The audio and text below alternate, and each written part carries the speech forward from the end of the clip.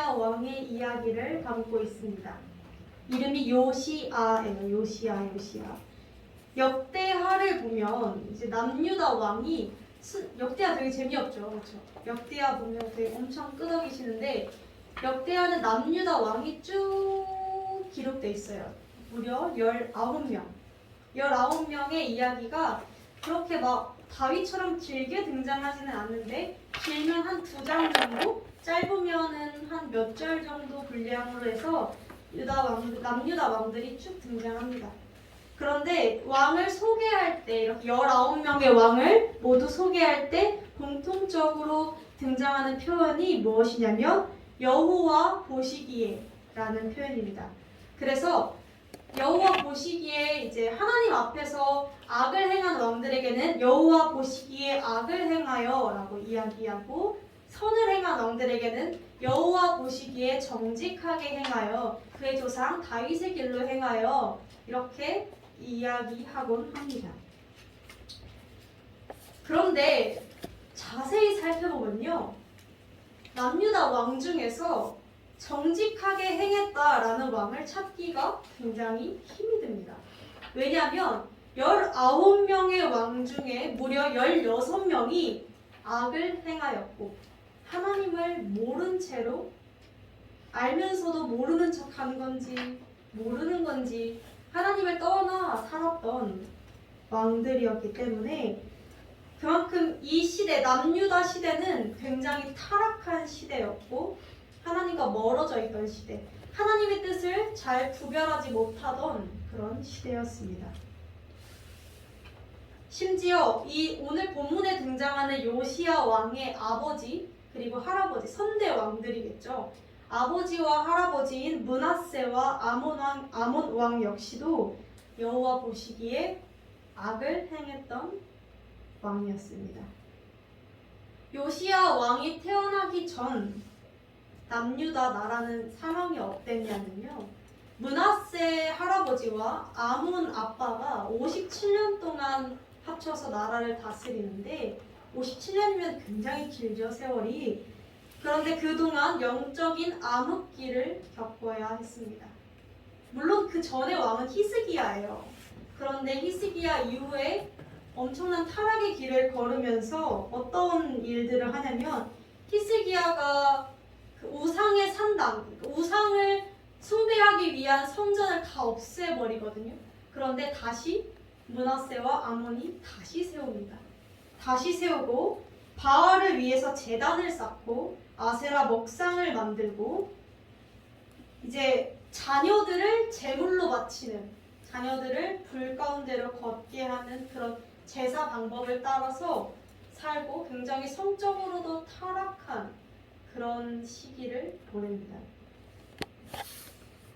아마 이들이 하나님이 아닌 이방신들을 따랐던 이유는 우리는 지금 이해할 수 없겠지만 이 당시에는 정치적인 이유였을 것입니다. 그들이 생각하기에 하나님의 믿음의 원리를 따라 나라를 다스려가는 것은 굉장히 불합리해 보이고 굉장히 성공적인 정치를 하기 어려운 방법이라고 여겼을 것입니다. 왜냐하면 이방신들을 서로 교류하면서 이방신들을 숭배하면서 나 너네와 너네 나라와 교류할 거야 라는 그런 친화 정책을 펼쳐야 하는데 하나님 한 분만을 섬기면 그 모든 이방 나라를 적지는 꼴이 되는, 겉으로 보여지게는 그런 모습이 되어버리기 때문에 많은 이 남유다 왕들이 하나님을 저버리고 눈에 보이는 이방신들을 찾아서 그렇게 숭배하고 그런 국제관계 속에서 나라를 부강하게 세울 수 있는 방법으로 택한 것이 우상을 섬기는, 또 이방 여인과 함께 그 타락한 길을 걷는 그런 방법들이었습니다. 그러나 그들의 선택, 겉으로 보여지기에는 그렇게 하면 이방 나라와 친하게 지낼 수 있을 것 같고 원만하게 지낼 수 있을 것 같아 보였지만 그들의 선택에도 불구하고 므낫세 할아버지는 쇠사슬에 묶여 바벨론의 포로로 끌려가게 됐고 비참한 최후를 맞고 그 후에도 백성들은 엄청난 고통을 겪게 됩니다. 이러한 상황 속에서 요시야가 태어났어요. 요시야에게는 그를 하나님에게로 바르게 이끌어줄 부모님이 없었습니다. 증조 할아버지 히스기야가 있었지만 이미 천국에 간 지 오래이고 자신을 정말 이끌어줄 신앙의 부모님이, 그러니까 신앙의 대가 끊어져 버린 거죠. 다시 1세대가 되어버린 거예요, 요시야가. 그래서 굉장히 그런 신앙의 악조건인 상황 속에서 요시야는 살았습니다. 부모님이 우상을 숭배하고 바알을 숭배하고 점치고 무당들과 함께하고, 그러나 그럼에도 불구하고 요시야 왕은 하나님을 사랑했던 왕이었으며 하나님 보시기에 정직하게 행했던 왕이었습니다. 이 시간 저와 여러분이 하나님과 동행했던 그 요시야 이야기를 함께 나누고자 합니다. 그리고 우리가 이 이야기를 나눌 때 정말 주목해야 하는 것은 이것입니다. 요시야는 신앙의 악조건에서 태어났다는 것.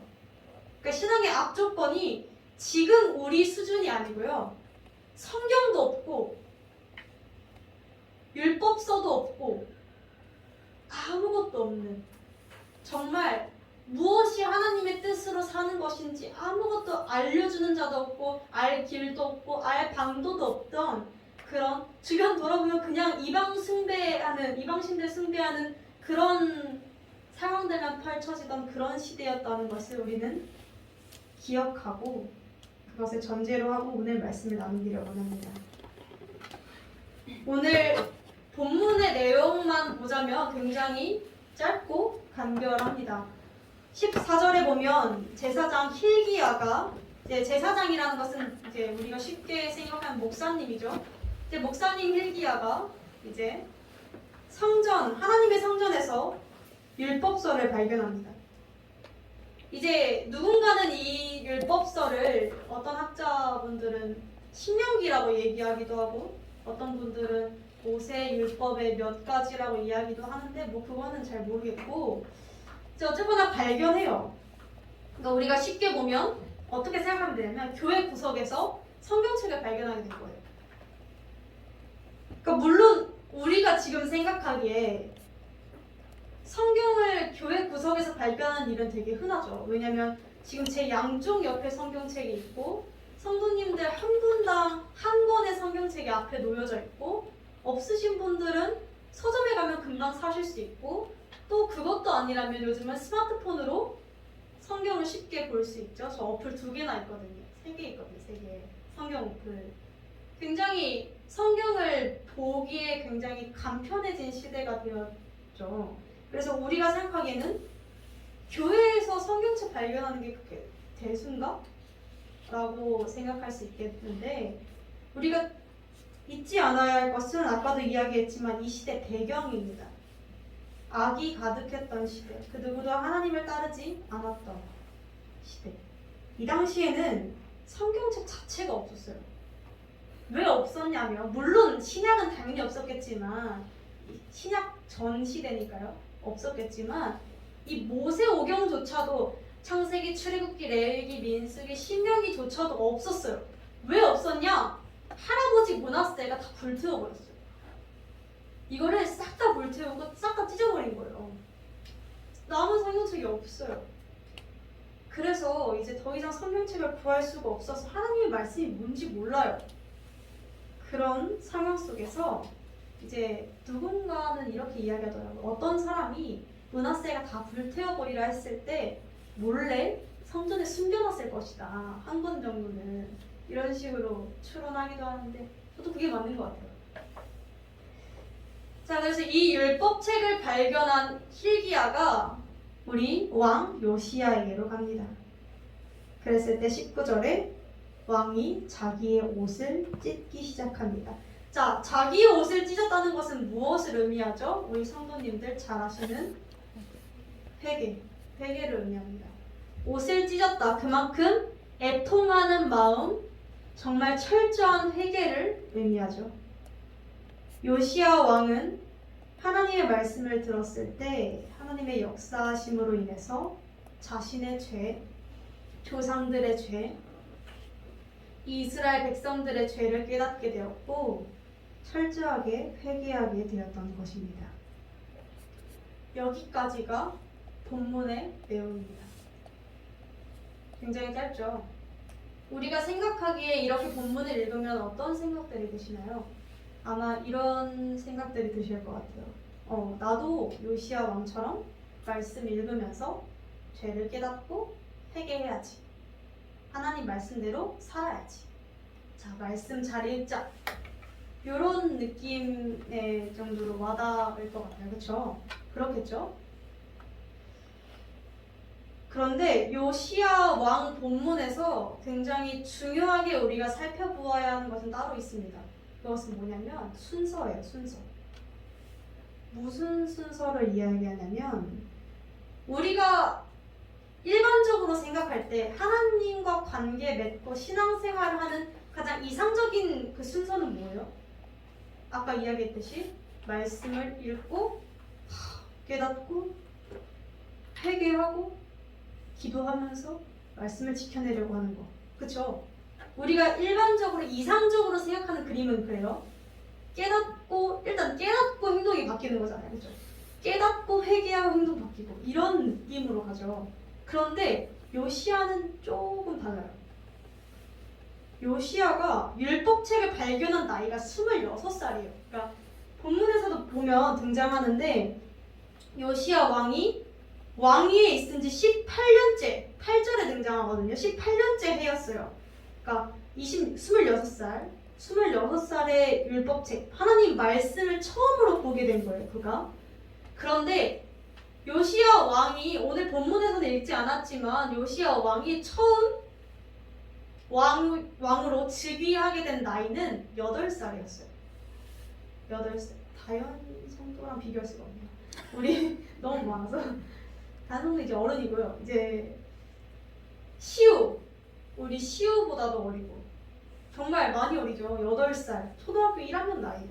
초등학교 1학년 나이에 왕위에 올랐고 그 후에 3절에서 보면은 오늘 같이 읽진 않았거든요. 근데 3절에서 보면 요시야가 아직도 어렸을 때, 오히려 어렸을 때 곧 그 위에 있은 지 8년에, 그러니까 8살에 즉위했는데 8년째면 몇 살이에요? 16살.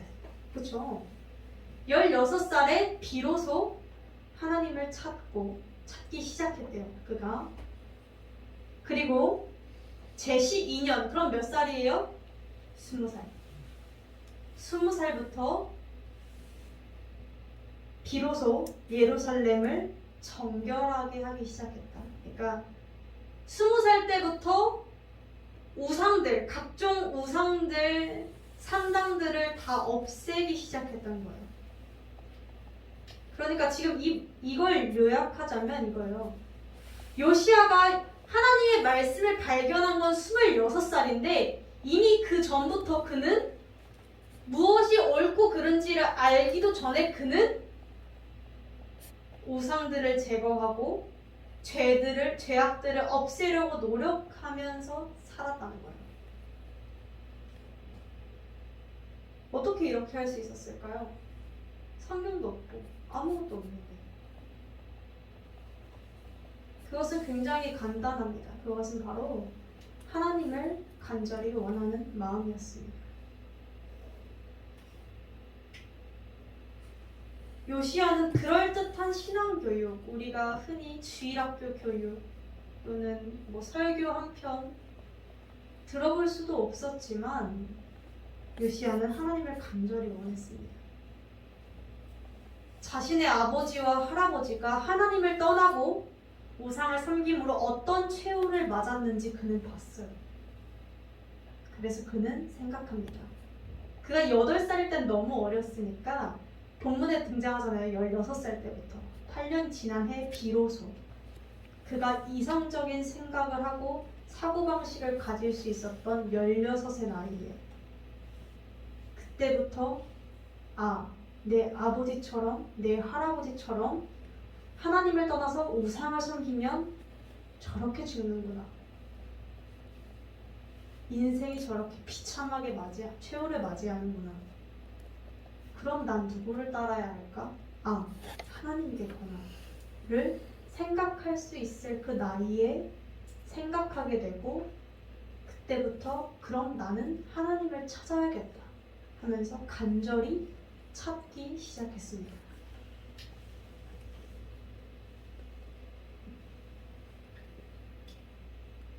그는 하나님에 대해 아는 것이 아무것도 없었어요. 예배를 어떻게 드리는 건지, 절기를 어떻게 드리는 건지 뭐 아는 것이 아무것도 없었지만, 그는 마음 다해서 하나님을 알기 원했기 때문에 어떻게 했냐면 자신이 알고 있는 것부터 하나씩 했습니다.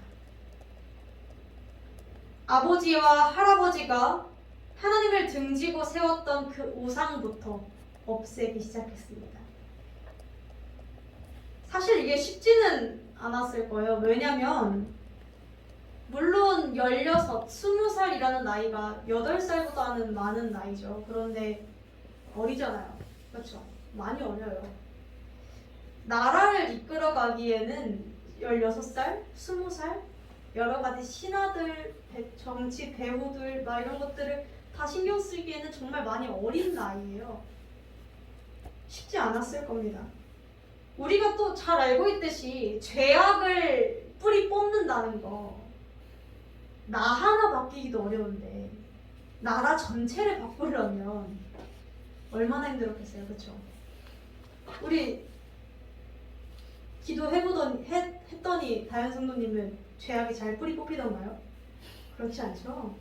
그리고 우리 한 사람 한 사람 죄악을 없애는 거 조차도 쉽지가 않아요. 우리 마음속에 있는 우상 하나 없애는 것도 쉽지 않아요. 그런데 요시야는 20살이라는 나이에 우상을 없애기 시작합니다. 나라 전역에 있는.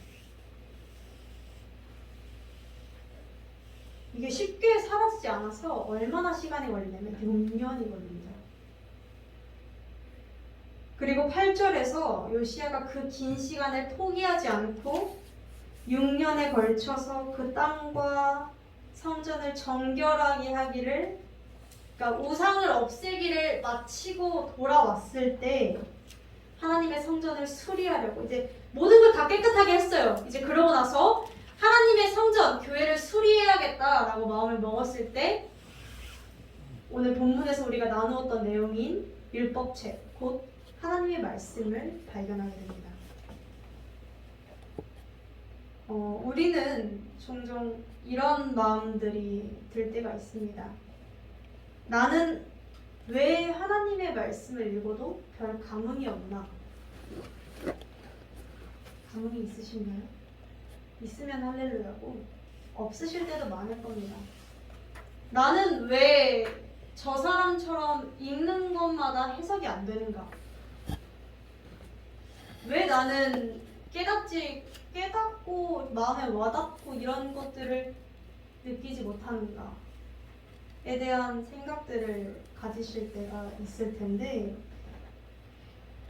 또 막 제가 대본에 이렇게 썼어요. 저 사람은 뭘 봤다 만났다 눈물이 나고 어쩌고 난리를 치는데 왜 나에게는 하나님이 극적으로 일하시지 않는가? 이 말을 제가 실제로 들었기 때문에 이걸 그대로 옮겨 쓴 거예요. 그러니까 저희 옆에 사람은 막 뭘 봤다 그러고 만났다 그러고 울고 불고 난리가 나고 막 방언하고 막 이러는데 나는 읽어도 그냥 글자 같고 왜 그런지 모르겠다 라는 생각이 들잖아요. 그 이유는 제가 제일 좋아하는 우리 요한복음에서 찾을 수 있습니다. 요한복음 제가 부탁드렸나요? 안 했습니다. 그럼 요한복음 핍시다. 요한복음 1장 펴주세요. 요한복음 1장이 정말 할렐루야입니다, 여러분. 요한복음 1장 한 100번은 읽어보세요. 진짜 기가 막히게. 우리 1절부터 5절까지 한번 읽어볼까요? 요한복음 1장 1절부터 5절까지 한번 이게 무슨 의미인지 생각하시면서 읽어보세요. 이게 이해가 되면 이제 기가 막힌 거예요. 할렐루야예요. 이게 머리로 이해가 아니라 마음으로 이해가 되는 기가 막힌 거예요. 자, 시작하겠습니다. 시작. 태초에 말씀이 계시니라. 이 말씀이 하나님과 함께 계셨으니 이 말씀은 곧 하나님이시라. 그가 태초에 하나님과 함께 계셨고 만물이 그로 말미암아 지은 바 되었으니 지은 것이 하나도 그가 없이는 된 것이 없느니라. 그 안에 생명이 있었으니 이 생명은 사람들의 빛이라. 빛이 어두움에 비치되 어둠이 깨닫지 못하더라. 아멘. 자, 태초에 우리 창세기 1장 1절 아세요? 태초에 뭐죠? 하나님이 천지를 창조하시니라. 자, 뭔가 비슷한 느낌의 말이 반복되죠. 태초에 말씀이 계시니라. 태초에 하나님이 천지를 창조하실 때 무엇을 사용하셨습니까? 말씀. 오직 말씀으로. 자, 그런데 1장 1절에 이 말씀은 곧 누구래요? 하나님이에요. 그런데 이 요한복음 전체에서는 누구를 지칭하고 있냐면 그리스도를 지칭해요. 예수 그리스도. 이 예수 그리스도 하나님이 태초에 늘 하나님과 함께 계셨고 이 말씀 자체 예수 그리스도 자체가 하나님이신데 곧 4절에 사람들의 빛, 생명의 빛이신데 왜 우리가 깨닫지 못한대요? 5절에 빛이 어둠에 비치되 어둠이 깨닫지 못하더라. 빛의 문제가 있는 게 아니라 하나님에게 문제가 있는 게 아니라 하나님이 누구를 차별하는 것이 아니라 어둠 때문에, 죄 때문에 우리가 죄가 하나님과 나 사이를 가로막고 있기 때문에 그 간격 때문에 우리가 하나님의 말씀을 읽어도 감흥이 없고 아무 생각도 없고 그저 글자 같고 재미없고 지루하죠. 사실 지루하죠. 너무 두꺼워요. 그렇죠? 글자도 많고. 참. 그럼 이런 생각이 들죠. 그러면 난 죄인이고 저 만났다 봤다 하는 사람은 죄인이 아니야? 쟤는 만났다 봤다 한다며. 그럼 쟤는 죄인인데 쟤는 죄가 없고 난 죄가 있어요? 아니, 그게 아닙니다. 제가 자꾸 말씀을 전화를 안 들어가지고 죄송한데 18절 한번 보면 이렇게 됩니다. 본래 하나님을 본 사람이 없으되 아버지의 품속에 있는 독생하신 하나님이 나타내셨느니라. 자, 아버지 품속에 있는 독생하신 하나님이 누구게요? 예수님. 본래는 그 누구도 하나님을 볼 수가 없었는데 그 간극 때문에 그 누구도 하나님의 뜻을 알 수가 없었는데 누가 나타내셨대요? 예수 그리스도가. 자, 그러면 저 봤다, 들었다, 만났다, 어쩐다 하는 사람은 뭘 본 거예요? 예수님이 나타낸 걸 본 거예요. 자, 그 자는 어떻게 한 거예요? 영접하는 자 곧 그리스도를 믿는 자에게는 하나님의 자녀가 되는 권세를 주셨으니 예수 그리스도를 믿음으로 그 말씀을 얻은 거예요. 아멘. 14절에 제가 굉장히 좋아하는데 1절에 보면 태초에 말씀이 계시니라고 했잖아요. 그렇죠? 그러니까 그 말씀은 곧 하나님이시라라 했어요. 분명히. 그런데 14절에 말씀이 육신이 되어 오신 분이 누구예요? 예수 그리스도. 하나님 곧 말씀 곧 예수 그리스도. 우리가 말씀을 깨닫고 와닿고 적용시킬 수 있는 유일한 방법은 예수님을 내 마음에 드리는 것. 그것이 곧 말씀을 내 안에 드리는 거예요. 똑같은 거예요. 예수님을 내 마음에 드리지 않는데 내 말씀이 내 안에 들어와요? 그렇지 않아요. 예수님이 밖에 계시니까요. 말씀이 예수님이신데 예수님이 밖에 있으니까 말씀을 읽어도 내 말씀이 되지 않는 거예요. 그러나 예수님이 내 안에 들어오면 그 순간 모든 말씀은 내 말씀이 됩니다. 내 상황에 적용시킵니다. 그것이 은혜인 줄로 믿습니다. 결국 어떤 자가 말씀을 얻게 되냐면요, 뭐 엄청난 것을 하는 자가 아니라 예수를 간절히 찾는 자, 그 예수를 믿는 자, 예수의 말씀을 사모하는 자, 마음 깊숙이 주를 원하는 자에게 주님은 말씀을 깨닫게 하십니다. 이게 성령의 이제 제가 나름 신학생 티를 내면 저 신학생 티 내는 거 되게 좋아해요. 말씀을 깨달을 때는 성령의 조명하시는 빛을 받아야 그 부분만 알 수 있대요. 왜냐면 여기가 이렇게 강단인데 우리 그때 성찰할 때 보면 이렇게 천을 덮어두잖아요. 그 천이 무슨 의미가 있다는 건 아니고 일단 천은 덮어두잖아요. 그러면 그 안에 있는 것을 우리는 볼 수 없죠. 그런데 우리가 예수를 믿을 때 하나님께서 조금씩 들춰주시는 거예요. 그래서 이 말씀은 그리스도를 믿는 자들에게만 영향력을 끼칠 수 있는 말씀들인 거예요.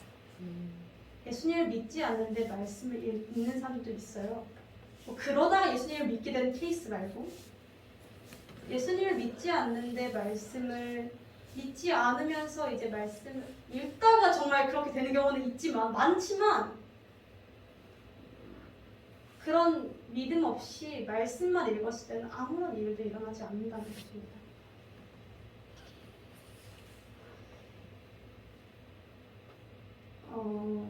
하나님께서 일하심을 펼치시는 그 순간 때와 방법은 모두가 다 다릅니다. 누군가는 정말 죽도록 맞아요. 진짜 이렇게 고난을 다 당할 수 없다 싶을 정도로 인생의 모든 풍파를 겪고 정말 끝자락에 내몰려서 주님을 만나기도 하고 또 누군가는 그에 비해서 굉장히 조용하게 잠잠하게 만나기도 합니다. 이런 거 없이 또 때 같은 경우는 우리 목사님 같은 경우는 교회에 발을 디딘 그 첫날의 은혜를 받으셨는데 또 저 같은 경우는 교회에서 살았는데도 19년을 등지고 있다가 19년 6개월 만에 하나님과 극적 상봉을 하기도 해요. 그러니까 이게 다 달라요. 그러니까 어느 방법이 옳다라고 할 수는 없어요, 사실. 막 내가 엄청난 그런 큰 풍파 없이 예수를 자연스럽게 믿게 됐을 수도 있어요. 근데 상대적으로 극단적인 케이스들을 볼 때 좀 더 와 하긴 하죠. 그런데 그것은 우리가 볼 때 입장인 거고 하나님이 보실 때는 그 사람에게 맞는 방법이 있는 것일 뿐이지 별 다른 크기가 없다는 것이에요. 그때와 그 순간 방법은 모두가 다 다르고 제가 여기서 감히 당신은 내년에 나연 선생님은 내년에 하나님을 만나게 될 것입니다. 이렇게 장담하면 사이비겠죠. 그러나 제가 한 가지 장담할 수 있는 것 딱 하나는 하나님은 반드시 일한다는 것. 아멘. 하나님은 반드시 알맞는 주님의 때에 역사하신다는 것입니다. 요시야는 굉장히 악한 시대 속에서 살았어요. 어쩌면 요시야 왕이 우상을 없애려고 할 때 신하들이 이렇게 반대했겠죠. 선대 왕들이 세운 것들을 다 없애면 이방 나라에서 쳐들어올 겁니다. 당신 같은 나라 생각 안 하는 왕, 이렇게 얘기하진 않았죠, 왕한테. 어쨌든 그래도 이런 정도의 권면은 했겠죠. 비난, 반대, 조롱밖에 없었을지도 몰라요. 이런 죄악을 척결하는 일, 그 과정들이.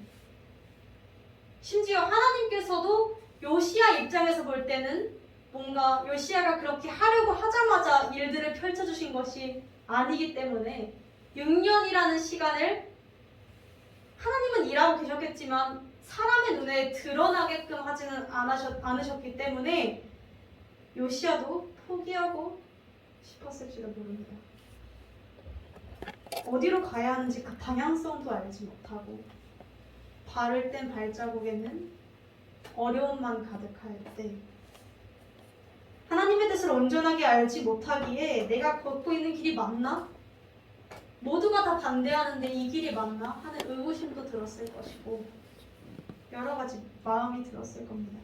원망도 했을 것입니다. 그러나 요시야는 자신이 알고 있는 신앙에서 최대의 것을 했습니다. 최대의 것을 주님께 드리고자 했어요. 가장 작은 것, 절기 어떻게 드리는지 몰라요. 제사 어떻게 드리는지 제사법을 알아야 드리죠. 몰라요. 모르는데 내가 알고 있는 건 우상을 없애야 한다는 것 딱 한 가지였어. 우상 그 하나 없애는 걸 최선을 다해서 없앴어요. 진짜 본문은 어떻게 등장하냐면요. 이 우상을 그냥 없앤 게 아니고요. 가루로 빻아서 없앴어요.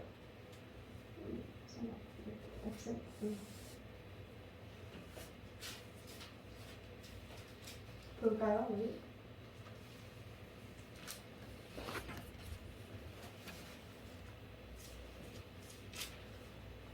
34장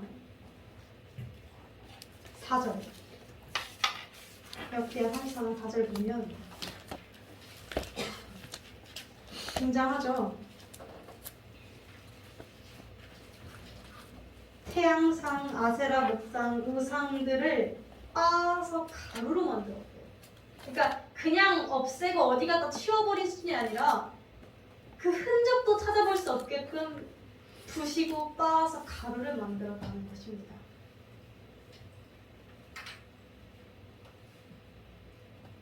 요시야가 알고 있는 것은 많지 않았지만 우상을 없애야 한다는 것, 그것이 하나님이 기뻐하신다는 것 딱 한 가지 알고 거기에서 자신이 할 수 있는 모든 것을 다 했습니다.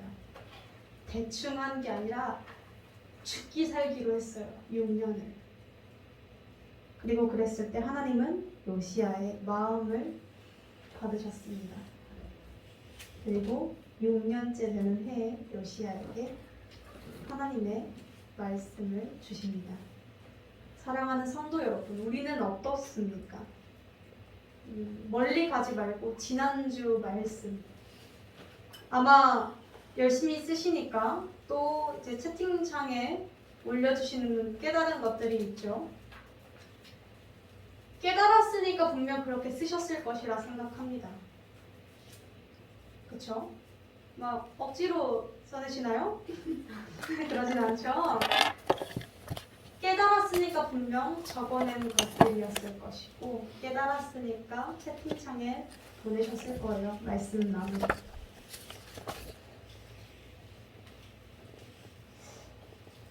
우리는 지난주에 정말 멀리 가지 말고 딱 지난주 말씀 그 말씀 하나 죽기 살기로 지키려고 하면서 6일을 보내셨습니까?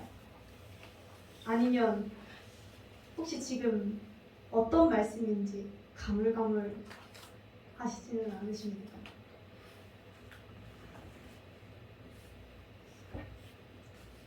정말 단 한 가지라도 포기하지 않고 이것만큼은 내가 주는 게 죽기 살기로 지키겠다 라고 하는 것들이 우리 마음 가운데 있습니까? 아니면 그저 그냥 저냥 이렇게 지내고 계시지는 않습니까? 하나님께서는 매주 우리에게 말씀을 주십니다. 이렇게 살아라. 이것이 예수 그리스도고 이것이 나의 뜻이야 라고 알려주시는데 문제는 요시야 왕이었으면 기뻐서 옷을 몇백 벌을 찢었을 거예요. 그런데 우리는 너무 익숙해요. 그렇죠? 너무 반복되는 행사죠. 그래서 크게 와닿지가 않습니다. 매주 또 저 전도사가 또 떠드나 보다 하죠. 뭐 그렇게까지 기능하시지는 않겠지만 극단적으로 표현을 하자면 그렇다는 거예요. 아무렇지도 않다는 거예요.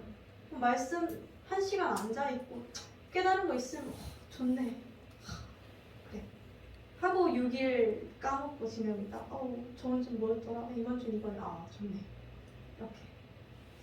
이렇게 되면 아무것도 변하는 건 없습니다. 아무것도 달라지는 건 없어요. 그렇게 죽기 살기로 노력한 요시야 왕도 6년이라는 시간이 흘렀습니다. 우리가 20년, 30년을 교회에서 이런 식으로 행동하면 뭐가 바뀔 것 같습니까? 아니요. 세상이랑 교회랑 다른 게 뭔데요? 그냥 장소만 달랐다 뿐이지 우리의 마음이 다릅니까? 우리의 태도가 다릅니까? 우리가 똑같은데 뭐가 달라집니까?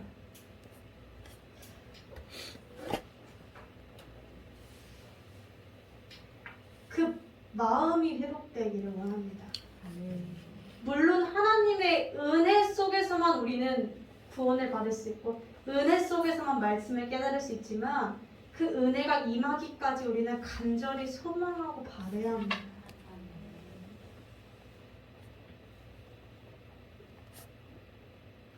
그 이제 역대하 왕들 중에 악한 왕이 있었는데 그 왕을 표현할 때 주님께서 이렇게 말씀하세요. 그 왕이 악을 행하는데 그 악을 행하는 이유는 하나님을 구하는 마음을 굳게 하지 못해서 그렇다. 우리는 하나님의 마음을 구하는, 하나님의 말씀을 구하는 그 마음을 굳게 가져야 하는 자들인 줄로 믿습니다. 제가 이제 교회 한국교회 인물사 수업을 듣고 있는데 이제 초기 한국 기독교가 어떻게 성장했는지 이런 것들을 배우거든요. 그런데 이제 여기서 그 얘기가 나왔어요. 되게 흥미진진 신사참배 얘기가 나왔어요. 신사참배 아시죠? 신사참배 우리 아마 다현이도 역사 시간에 배웠을 거예요. 그렇죠? 신사참배에 대한 내용을 배웠는데 처음에는 이제 신사참배를 하지 않으면 목사직에서 면제가 됐대요. 목사라고 할 수가 없는 거예요. 성도들 다 쫓겨나고 다 감옥 가야만 했고 절을 안 하면 주기철 목사님 아시죠? 그렇게 순교해야 됐고 신학교도 갈 수가 없었대요. 그러니까 신학교에 놓여있는 사람들은 다 신사참배 한 사람들인 거예요. 사실상 이제 근데 이들의 입장 저는 처음 들어봤어요. 신사참배를 한 사람들의 입장을 처음 들어봤는데 그들은 이렇게 이야기하더라고요. 그렇게 해서라도 교회를 지켜야 되는 거 아니냐? 라고 이야기를 하는 거예요. 근데 그게 그럴듯하죠. 그 말을 들으면 그런가? 해요. 그러니까 사실 그럴듯한 이유들이 다들 있어요. 그리고 여기까지는 괜찮겠지 라고 해요. 신사참배? 절하면서 하나님 생각하면 되지. 괜찮겠지 라고 해요. 그런데 우리 교수님이 이렇게 표현하더라고요. 이건 신앙의 방파제였어. 이야기를 하시는 거예요. 자, 우리가 신사참배를 하지는 않지만 우리가 이렇게 생각해 볼게요. 우리도 분명 하나씩 가지고 있는 신앙의 방파제들이 있어요. 방파제 아시죠? 물 넘어오는 거 막는 거잖아요. 누군가는 그게 금주가 될 수가 있어요. 누군가는 매일 기도하는 것이 될 수가 있어요.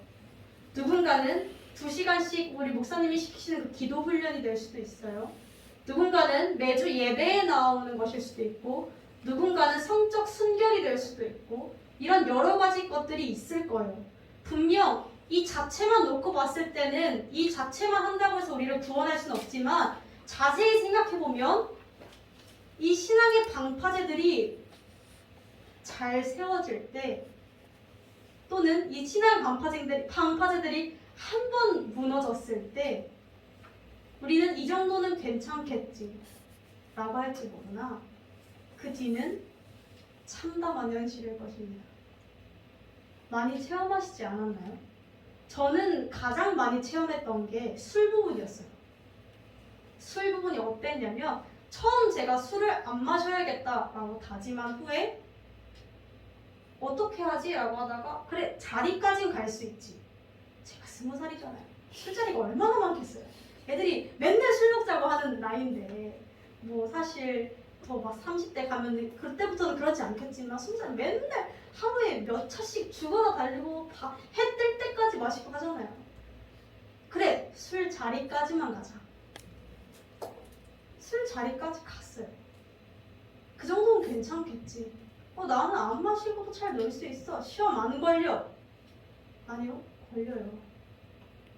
그게 신앙의 방파제를 조금씩 사단이 갉아먹고 있는 거예요. 어떻게 장담하십니까? 내가 괜찮을 거라고? 성적 순결이요? 똑같습니다. 손 정도, 끌어안는 정도, 사실 이 정도의 규제를 정할 수는 없겠죠. 뭐 하나님은 손잡는 것까지 허락하셨고 뭐 포옹까지 허락하셨고 이렇게 정할 수는 없을 것입니다. 그러나 이 신앙의 방파제들이 조금씩 균열이 가고 조금씩 틈이 벌어지는 순간 우리는 사단의 밥이 되는 거죠. 그냥 먹히는 거예요. 그냥. 그러니까 이런 것들을 우리가 하나님을 구하는 마음을 늘 굳게 가져야 한다는 것입니다. 네. 웬만하면 타협하려고 하지 마세요. 그러니까 웬만하면 나는 여기에 유혹 잘 안 걸려 넘어져 라고 이렇게 장담하지도 마세요. 그 순간 사단이 틈탑니다. 그 순간에 아주 사단이 기가 막히게 틈을 타요.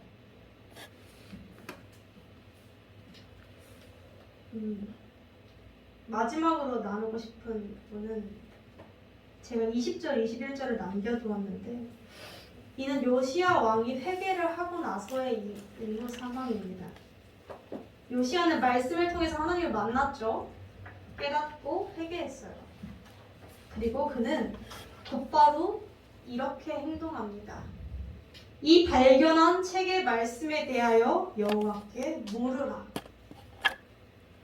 여호와께 물어봐라 라고 얘기합니다. 사랑하는 성도 여러분, 우리가 성령 충만할 때는 분명 우리 재작년에 정말 뜨거웠어요. 기억하실지 모르겠지만 처음 철야가 2차례 진행되고 난 누구 한 명이 불 붙고 또 따라서 불 붙고 하기 시작하면서 그때 진짜 뜨거웠어요. 하여튼간에 전 그때 거의 천국인 줄 알았어요. 그랬는데 우리가 왜 이 지경까지 됐을까요? 아세요 혹시? 왜 우리가 기도 시간에 기도가 안 되죠? 기도가 되나요? 안 되는 것 같은데. 안 돼요. 기도. 왜 우리는 성령 충만하고 체험하고 만났다 하는데 삶이 변하지 않습니까? 왜 우리는 똑같습니까? 왜 우리는 그냥 기도하는 세상 사람들 이런 느낌이지 왜 예수 그리스도를 따라가는 삶이 되지 못합니까?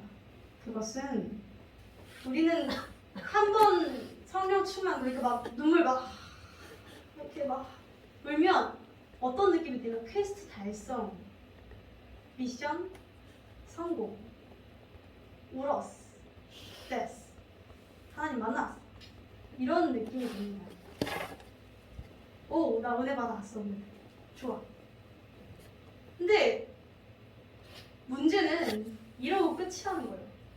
그러니까 눈물 흘렸잖아요. 이 마음을 주신 게 하나님이면 이 하나님이 눈물을 그냥 울기를 원해서 눈물을 흘리게 하셨을까요?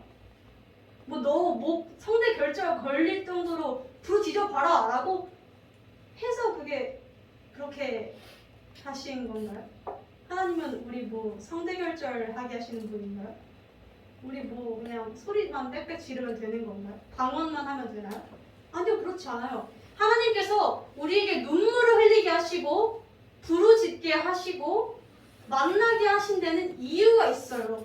그러고 나서 너희의 삶이 나와 관계를 한번 너랑 나랑 눈이 맞았으니까 그때부터 손을 잡고 가보자 라는 건데 우리는 눈만 맞고 하나님을 엔조이 상대로 생각하는 건지 관계를 가지려고 하지 않고 눈만 맞고 좋아요. 다음에 또 눈 맞으러 올게요. 하고 또 살다가 한 번 또 강렬하게 또 눈 맞고 또 돌아가서 또 똑같이 삽니다. 이것은요 착각하시면 안 되는 게 이것은 하나님을 따라서 가고 있다고 보시면 안 됩니다. 하나님은 손을 잡고 함께 관계를 맺어서 이제 우리가 표현하자면 연애를 하고 결혼을 하면서 이렇게 손을 잡고 이렇게 나아가는 것이지 감정만 느꼈다고 끝날 일이 아니거든요. 감정을 느끼고 뭐 어쩔 건데요?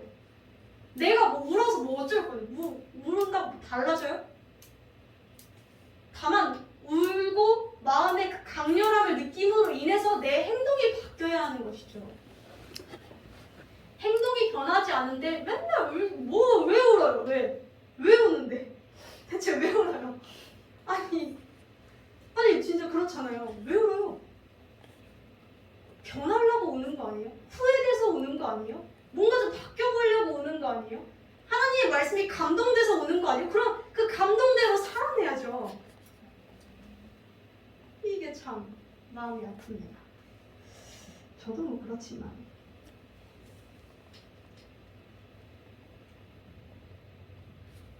사랑하는 성도 여러분, 우리에게 주어지는 그 말씀은 우리가 찾는다고 찾아지는 것이 아닙니다.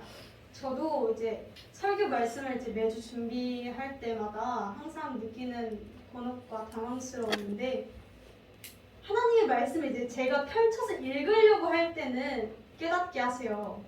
그런데 설교 뭐 하지? 라고 펼칠 때는 눈에 아무것도 안 들어와요. 찾는다고 찾아지는 게 아니더라고요. 주님의 말씀은 내가 하고 싶어서 읽고 이렇게 되는 게 아니에요.